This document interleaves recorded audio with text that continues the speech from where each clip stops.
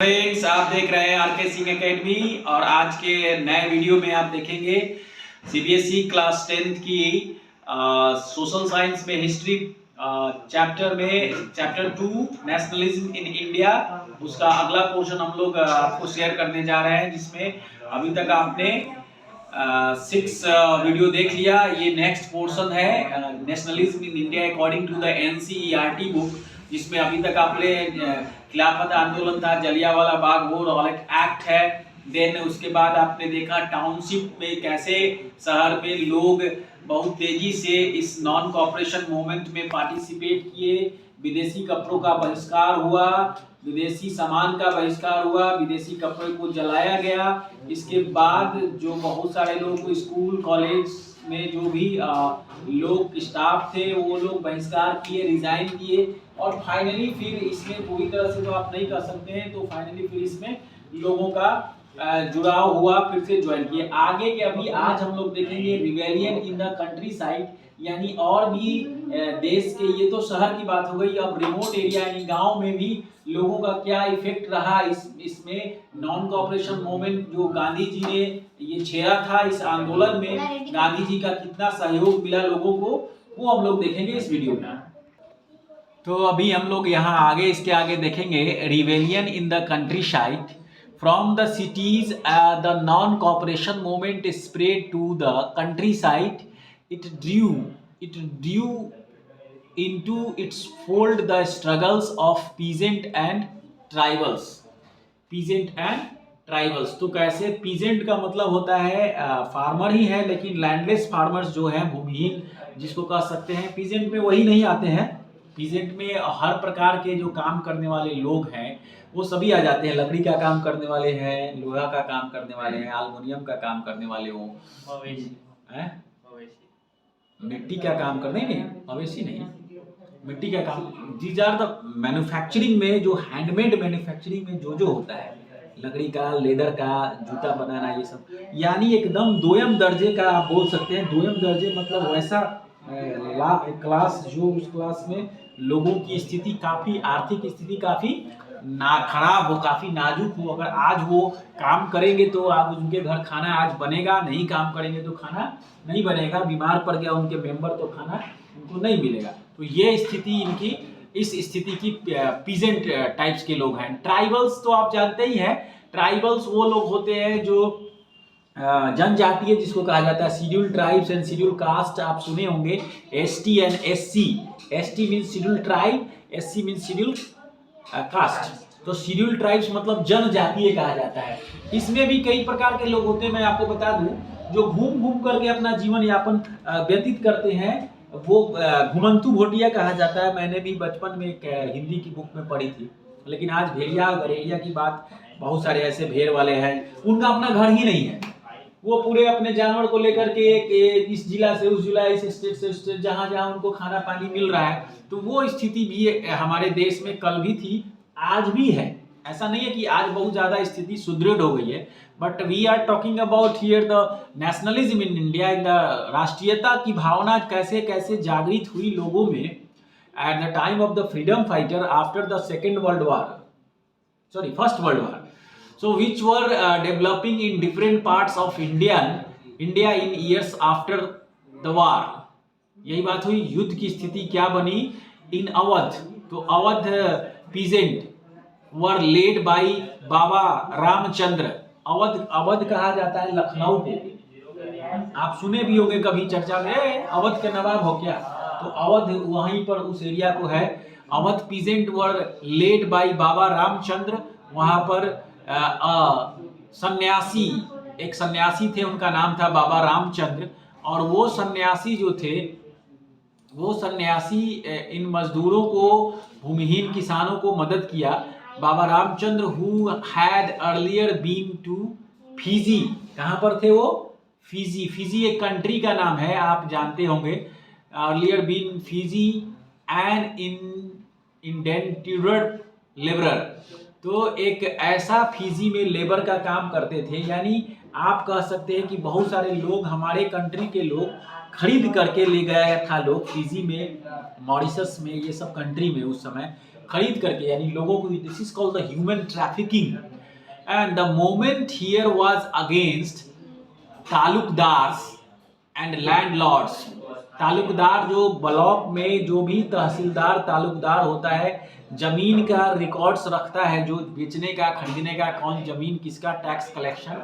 And landlords का मतलब होता है जो जमीन का मालिक होता है उसको लैंडलॉर्ड्स कहते हैं, ऑनर्स कहते हैं। वो डिमांडेड फ्रॉम द पीजेंट, तो लोगों को, जो गरीब भूमिहीन थे, बड़े बड़े जो लैंडलॉर्ड्स थे जिनके पास बहुत जमीनें थी, वो ऐसे इस तरह से एज ए स्लैब मतलब दास की तरह लोगों को demand from the peasant exorbitantly high rents and a variety of other cases. Peasants had to do begar and work at landlords farms. तो जो भी थे लोग ऐसे बेगार की तरह, बेगार का मतलब होता है डेली काम करने वाले, जिसको डेली काम पे होगा। जैसे मिट्टी, जैसे मकान बन रहा है उसमें काम मिल गया, आज मिला, कल हो सकता है आपका नहीं, काम खत्म हो गया, नहीं मिला। रोड के किनारे वृक्षारोपण हो रहा हो, वो है। कहीं पर बिजली का काम हो रहा है, उसमें गड्ढा खोलने के लिए काम मिल गया, तो सब कॉन्ट्रैक्टर उनको कांटेक्ट करेंगे, आप जिस एरिया में आपको काम है उधर तो ठीक है, नहीं काम है तो नहीं। कहीं तालाब की खुदाई हो रही है तो वहाँ आपको काम मिल जाएगा। इसी चीज को अब भारत सरकार, जो आजाद भारत में हम लोग उसका काम देते हैं लोगों को, जिसको मनरेगा कहते हैं, MNREGA, Mahatma Gandhi national rural employment guarantee act, पता है ना आपको, मनरेगा पढ़ना है। इनकी स्टार्टिंग फ्रॉम 2005, व्हेन 2005 में स्टार्ट हुआ था, doctor Manmohan Singh prime minister थे। बाद में चल के मनरेगा, यानी स्टार्ट हुआ था नरेगा में मनरेगा लग गया, मतलब महात्मा गांधी लग गया। इस तरह की चीजें यहाँ पर भी उन्होंने की, बट काफी डिस्टर्बेंस था। The begar work and the landlords farms without any payment. अब सोच लीजिए, बिना कोई पैसा मिले हुए, और जो भी जमीन का मालिक है वो मकान जमीन में काम करवाए, खेत में काम करवाए, खेती में काम ले और पैसा भी नहीं दे, बेगार वो। And work at landlords farms without any payment as tenants. Tenants का मतलब क्या होता है? छोटे किसान को टीनेंट्स बोलते हैं।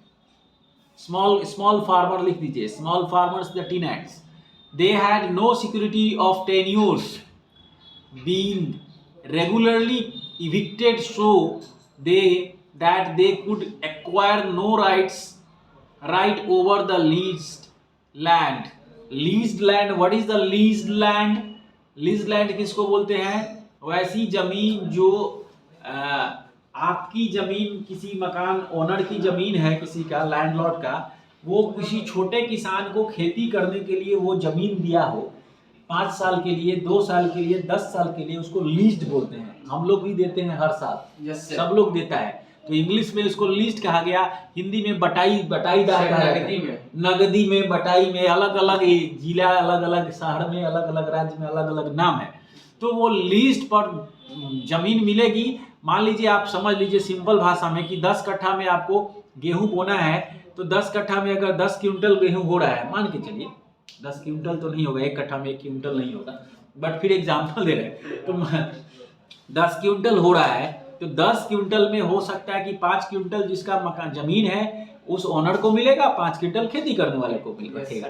ये हो सकता है, जैसे भी चले, इस तरीके से चलता है। छोटे किसान इस तरह से ले लेके जमीन और खेती करते, तो उसको टीनेंट्स बोलते हैं। Tenants they had no security of tenure, उसका कब 1 साल के लिए मिलेगा, 5 साल के लिए मिलेगा, या कभी भी उससे जमीन वापस ले ली जाएगी, सिक्योरिटी नहीं थी।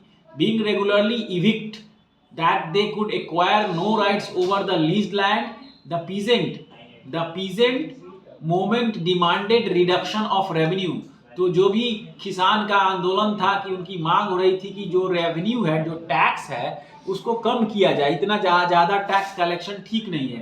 एबॉलिशन ऑफ बेगार, और जो बेगारी सिस्टम जो चल रहा है उसको खत्म किया जाए, एक पैसा फिक्स किया जाए, मजदूरी फिक्स किया जाए, कभी ज़्यादा कभी कम।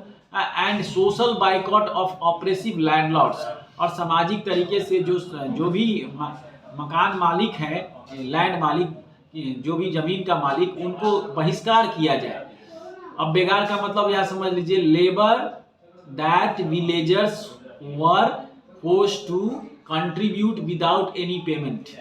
Labor that villagers were forced to contribute without any payment. ऐसा मजदूर जो भी काम करे तो उनको खाना पर काम कराया जाए कि आज तुमको खाना दिया जाएगा, तुम काम करो। सिर्फ पहले होता था, अब नहीं होता। पहले होता ही था, पहले एकदम होता था। सर अब खाना भी खाते हैं लोग और पैसा भी। अच्छा, अब खाना भी खाते हैं, पैसा भी Yes, करते हैं। हो सकता है, सही बोल रहे हैं क्योंकि आप। गांव पे पापा करवाते हैं तो होता है भाई। सही है, खाना भी खाएगा सर और पैसा भी लेगा। तो पैसा भी लेगा। यानी अब सिस्टम बदल गया है, और सिस्टम बदलने का मतलब कि कहीं ना कहीं अगर वो स्किल्ड पर्सन नहीं है और उसको नौकरी नहीं मिली है तो वो भी तो उसके लिए नौकरी ही है, तो आपको उसको मिलना चाहिए, तो ये सिस्टम ठीक है।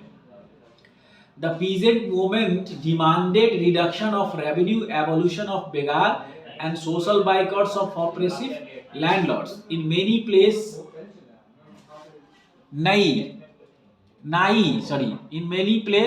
नाई धोबी क्या होता है मालूम है? नाई धोबी, हाँ, बार्बर एंड वॉशरमैन। नाई इतना फेमस वर्ड है। Yes sir. ठाकुर बाल काटने वाले जो होते हैं वो गांव में वो सैलून थोड़े रहा करता था पहले, तो वो था। और तालाब, हाँ, ठाकुर जिसको बोलते हैं हम लोग, और जो तालाब में कपड़ा धोता था, धोबी ले जाता था, अपने गधे पर कपड़ा लेके जाता था, लाद करके धो धा करके 2-4-5 दिन में सुखा उखाड़ करके लौटाता था। तो हाँ, 10-20 दिन जो भी टाइम लगे। तो in many places nai dhobi bandh were organised by panchayat to deprive landlords of the services of even barbers and washerman. वैसी चीज को लिख दिया, देखिए, नाई मतलब बार्बर और वॉशर मतलब कपड़ा धोने वाला। तो कहीं ना कहीं उनको ये लोगों ने आंदोलन कर दिया, नाई धोबी ने, कि हम लोग ना कपड़ा धोएंगे ना बाल काटेंगे, हम लोग के साथ अन्याय हो रहा है, सिर्फ फ्री में बाल काटो, खाना पर क्या बाल काटो, कपड़े धो के दो, कुछ अनाज मिल जाएगा, कपड़े ला के दे दो। So bandh were organised by panchayat to deprive landlords of services of even barbers and washermen. In June 1920, अब जून 1920 के Jawaharlal Nehru began going around the villages in Awadh. तो अवध के गांव में गए, उनके आसपास के गांव में Nehru ji, and talking to the villagers, और वहाँ के लोगों से बात करने की कोशिश की, समस्या सुलझाने के लिए। So and trying to understand these grievances. Grievances का मतलब क्या होता है? शिकायत पेटी होती है हर जगह, बड़े बड़े संस्था में।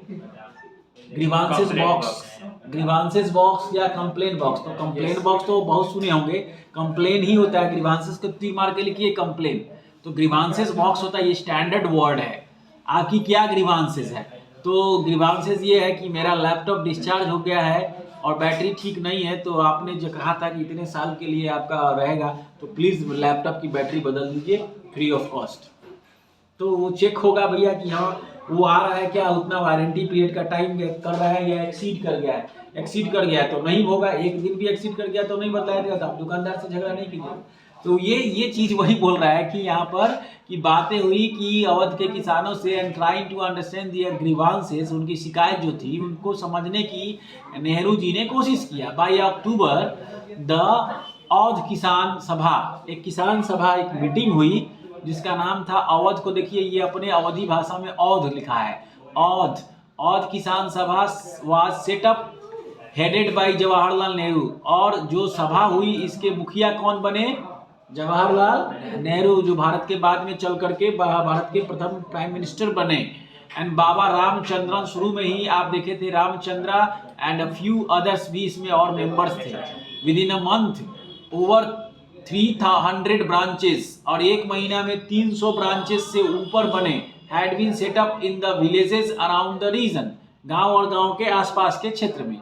So when the non cooperation movement began the following year, the effort of the Congress was to integrated the Awadh peasant struggle into the wider struggle. The peasant movement, however, मतलब जो भी किसानों का, भूमिहीनों का जो आंदोलन था, the peasant movement, however, developed in form that the Congress leadership was unhappy with. तो जो भी कांग्रेस लीडरशिप था इस तरीके के आंदोलन से खुश नहीं था। कांग्रेस मतलब Indian national Congress. was unhappy with as the moment spread, जैसा कि जैसे आंदोलन फैला, स्प्रेड मतलब फैलना, एक जगह से दूसरे जगह, गुजरात से चला गया, अहमदाबाद से चला गया, मध्य प्रदेश में भोपाल चला गया, इंदौर चला गया, और चीज़ें चली गई। तो इस तरह से the peasant movement however developed informs that Congress leadership was unhappy with as the movement spread in 1921 the houses of talukdars and merchants बनिया को कहते हैं, व्यवसायी को कहते हैं, ट्रेडर्स को कहते हैं, ठीक है, गांव के जो हो गया छोटा जो वो व्यापारी हो गया, मर्चेंट्स वर अटैक्ड, और मर्चेंट्स पर हमला कर दिया गया, अटैक्ड, बाजार वर लूटेड, ये देखिए क्या करिए, बाजार को लूट लिया गया, जो छोटे छोटे अपने लोग दुकान लगाते थे उसके सामान को लूट लिया गया, bazaar were looted and grain hoards were taken over. Grain hoards मतलब बड़े बड़े जो भी अनाज के गोदाम थे उस पर भी कब्जा कर लिया गया।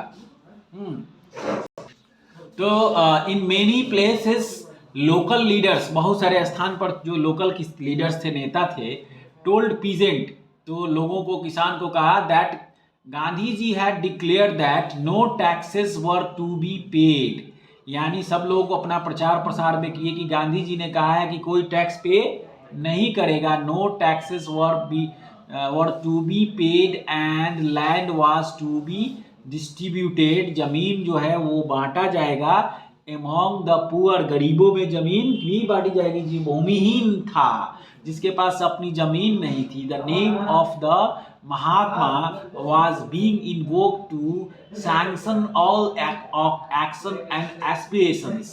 तो द नेम ऑफ द महात्मा, महात्मा का नाम जैसे ही आता था, यानी गांधी की बात आ जाती थी दिमाग में लोगों को, तो वो हर चीज़ के लिए रेडी हो जाते थे, क्योंकि उनसे प्रेरणा स्रोत मिलती थी महात्मा गांधी से, ऐसा बताया गया, किताबों में लिखा है, और बात भी सही है। अब here is the given the one quoted in the Sarvepalli Gopal Jawaharlal Nehru biography volume 1 से ये पोर्शन को पिकअप किया गया है। On 6 January 1921, 6 January 1921, the police in United provinces, जो भी यूनाइटेड प्रोविंस का जो पुलिस था, fired at peasant near Raebareli. Raebareli कहाँ है पता है आप लोग को? किस स्टेट में है? हाँ, यूपी में, उत्तर प्रदेश में 6 जनवरी 1921 को पुलिस इन यूनाइटेड प्रोविंस, मतलब अंग्रेज कह दीजिए सीधा सीधा, fired at peasant near Raebareli के किसानों पर गोलियां चलाई। Jawaharlal Nehru wanted to go to the place of firing, Jawaharlal Nehru जाना चाहते थे, wanted to go the place of firing, उस जगह पर जहां पर फायरिंग हुई थी, but was stopped by the police, लेकिन इनको अंग्रेजों द्वारा रोक दिया गया। जैसे आज भी देखते हैं ना, बहुत सारे ऐसी चीजें होती है, घटनाएं घटती है, तो अलग अलग दल के नेता जा करके वहां पर सिंपैथी दिखाना चाहते हैं कि अच्छा नहीं हुआ, ये नहीं होना चाहिए था, हम सरकार से मांग करेंगे कि आपके घर वालों को नौकरी मिल जाए, पैसे मिल जाए, जमीन मिल जाए, पेट्रोल पंप मिल जाए, बहुत सारी चीजें ऐसी डिमांड रखी जाती है। सो एजिटेटेड एंड एंग्री, एजिटेटेड मतलब आंदोलन जो कर रहे थे, जो गुस्सा में थे, agitated and angry, Nehru address the peasant who gathered around him, तो गुस्से में जो आंदोलन में लोग थे, नेहरू गांधी को जहां रोका गया वहीं पर वो अपना भाषण शुरू कर दिए, लोग इकट्ठा हुए। Nehru address the peasant who gathered around him. This is how he later described the meeting. They behaved as brave. They behaved as brave men. Calm. यहाँ L silent रहेगा, calm मतलब शांत होता है, cool and calm जिसको बोलते हैं। They behave as a brave man. तो काम कैसे किए? मतलब नेहरू जी के बारे में बताया जा रहा है कि बड़ा बहादुरी के काम किए उन्होंने, कि जाकर के मिलने का काम किया। They behave as a brave man, calm and unruffled in the face of danger. I do not know how they felt but I know what my feelings were. तो कह रहा है कि I do not know, मैं नहीं जानता हूँ how they felt, क्या उनके साथ क्या हुआ, एंड बट आई नो, मैं जो जानता हूँ व्हाट माई फीलिंग्स, जो मैं जानता हूँ मेरी जो फीलिंग्स है, मेरी सोच है, फॉर अ मोमेंट, कुछ क्षण के लिए, माई ब्लड वॉज अप, कुछ क्षण के लिए मुझे गुस्सा आ गया था। ये जवाहरलाल नेहरू बता रहे हैं अपने आप में, इस कोट में लिखा हुआ है कि जैसे ही मुझे रोक दिया गया कि किसान, जहाँ फायरिंग हुई थी, किसानों पर गोलियां चली थी, उस किसान के परिवार वाले के से मिलने के लिए मुझे जाने से मना कर दिया गया, तो एक क्षण के लिए मुझे बहुत गुस्सा आया। वही कह रहा है कि for a moment my blood was up, non violence was up, blood of up मतलब खून ऊपर चढ़ने नहीं लगा, ये मुहावरा है, ब्लड अप मतलब गुस्सा होना। कहता नहीं क्या खून एकदम ब्लड को फॉल हो रहा है, वो लाल लाल आंखें किए, वो चेहरा किए, क्यों उतने गुस्से में हो, और गुस्सा होता है आदमी, एंगर आता है तो एंगर में ऐसे ही चेहरा का पोर्शन बदल जाता है, तो वही है। So non violence was almost forgotten, जो भी अहिंसा हो रही थी, ये सब वो सब बिल्कुल भूल चुका था, लोग ये भी भूल चुके थे, क्योंकि गुस्सा में ये भी थे, किसानों पर गोली चली थी, but for a moment only, कुछ क्षण के लिए ही ये हुआ। फिर गांधी जी की प्रभाव ज़्यादा था, इन पर भी ज़्यादा था, और देशवासियों पर तो था ही, नेहरू पर भी सबसे ज़्यादा प्रभाव था गांधी का, और गांधी का नेहरू पर, और नेहरू का गांधी पर, ये भी बता देते हैं आपको, दोनों का। गांधी जी जितना नेहरू जी को चाहते थे, नेहरू जी भी उतना ही गांधी जी को चाहते थे, जो भी रीजन हो। गांधी जी यानी जो नेहरू जी के पिताजी थे, उनका नाम था मोतीलाल नेहरू, और मोतीलाल नेहरू जी के पिता का नाम था हीरालाल नेहरू। तो हीरालाल, मोतीलाल, जवाहरलाल, हीरा मोती जवाहर, नाम कितना बढ़िया है। उसके बाद इनका कोई बच्चा नहीं हुआ, बेटी हुई एक, उनका नाम था इंदिरा प्रियदर्शनी, आप लोग जानते भी नहीं होंगे पहले से, यस, उनका नाम था इंदिरा प्रियदर्शनी। ये जो गांधी टाइटल मिला है, महात्मा गांधी से मिला है उनको, उनका अपना टाइटल नहीं है। उसके बाद फैमिली का रुतु बदल गया, चेंज हो गया, फिर इंदिरा गांधी का नाम, ये इंदिरा प्रियदर्शनी का नाम इंदिरा गांधी मिला।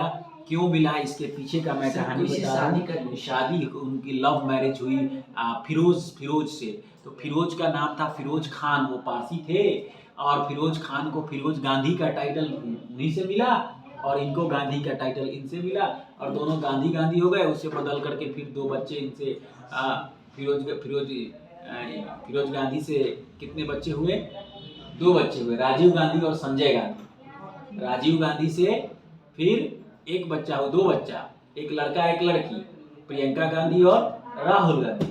संजय गांधी से एक लड़का है, वो है वरुण गांधी, वो भी उनकी माँ का नाम है वरुण गांधी की जो पत्नी है उनका नाम है, सॉरी, वरुण गांधी, वरुण की माँ का नाम है मेनका गांधी, वो भी राजनीति में है, जिस तरह से सोनिया है उस तरह से वो, लेकिन अलग अलग, दोनों परिवार अलग, दोनों भाई का परिवार। क्योंकि संजय गांधी की कहानी थी, उनको हेलीकॉप्टर चलाने का, पायलट का बहुत शौक था उनको उसी में उड़ा दिया गया, आज तक वो रहस्य ही रह गया। तो इस तरह से इनका परिवार, हाँ, इस तरह से परिवार, जैसे इनके पूरे परिवार में मरने वालों की संख्या 3 लोग हैं। इंदिरा जी को मार दिया गया, उनके बॉडीगार्ड ने, जसवंत सिंह बलवंत सिंह बॉडीगार्ड ने मार दिया, ठीक है, ऑपरेशन ब्लू स्टार हुआ इसलिए। राजीव गांधी को उड़ा दिया गया चेन्नई में, रिमोट से माला डाली बुढ़िया, 10-20 लाख रुपया शायद ली थी, उसके बाद आत्मघाती उसको कहा जाता है, उससे उड़ा दिया गया। उसके बाद फिर संजय को बता ही रहे, तो 3 मेंबर उनके हत्या हुई, उनके फैमिली मेंबर। उसके बाद देखिए यहाँ पर, फॉर गेट इन, तो the great leader who by God's goodness has been sent to lead us to victory came to me. अब उनको लग रहा था कि जीत अब बहुत नज़दीक है, मेरे पास है, victory came to me and I saw, और जैसा कि हम देखा हमने, I saw the kisan seated, जो भी फार्मर हैं किसान, seated and standing near me, लोग हमारे साथ खड़े हैं, हमारे पास खड़े हैं, less excited, more peaceful than I was, and the moment of weaknesses passed, I spoke to them in all humility on non-violence. I needed the relation more than they, and they heeded me and peacefully dispersed. ये एक जो coated था, एक किताब में जो biography लिखी थी, कोटेड इन सर्वपल्ली गोपाल ने एक किताब लिखी थी जवाहरलाल नेहरू पर, बायोग्राफी वॉल्यूम 1, उस किताब से इस पोर्शंस को यहाँ तक दिया गया था। इसके बाद का जो हिस्सा है हम लोग नेक्स्ट वीडियो में देखेंगे। It's very important.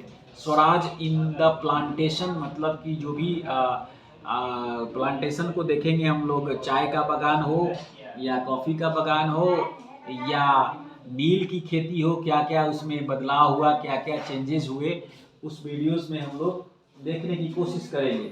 So tribals present in interpreted the message of Mahatma Gandhi, कैसे पहुंचाया। इसके बाद विल सी यू। सो मुझे उम्मीद है कि ये पूरा का पूरा जो असहयोग आंदोलन था, इसमें अभी का जो हिस्सा था पीजेंट का, जिसमें आपको नेहरू जी के बारे में भी पता चला कि वो भी फ्रीडम फाइटर थे और उन्होंने भी आज़ादी के लिए लड़ाइयाँ लड़ी, जेल भी गए, वो भी गए हैं। इस वीडियो में आपने देखा। नेक्स्ट वीडियो में मतलब आज़ादी में अगर नेशनलिज्म इन इंडिया की बात करें तो मैक्सिमम चीज़ें जो है, मैक्सिमम पोर्शन है वो किताब की एनसीईआरटी की बुक पढ़िए या और भी बुक पढ़िए, महात्मा गांधी के इर्द गिर्द ही घुमा हुआ मिलेगा आपको। इसका रीज़न था कि इनको 2-3 चीज़ें बहुत मजबूत उन्होंने स्टार्टअप किया था। खिलाफत आंदोलन, नॉन कोऑपरेशन मूवमेंट जिसको हिंदी में कहते हैं असहयोग आंदोलन, एंड सिविल डिसओबीडियंस मूवमेंट जिसको हिंदी में कहते हैं सविनय अवज्ञा आंदोलन, और नॉन वायलेंस तो बात बड़ा हथियार था ही, अहिंसा, बिना कुछ मारपीट किए हुए साबरमती के संत तूने कर दिया कमाल। इस पर चल रहा है देश, अभी 70-75 साल गुजार दिया है और इतिहास के पन्नों में आगे रहेगा। सो इस उम्मीद के साथ कि आपको ये वीडियो समझ में आएगा। Thank you and have a nice day.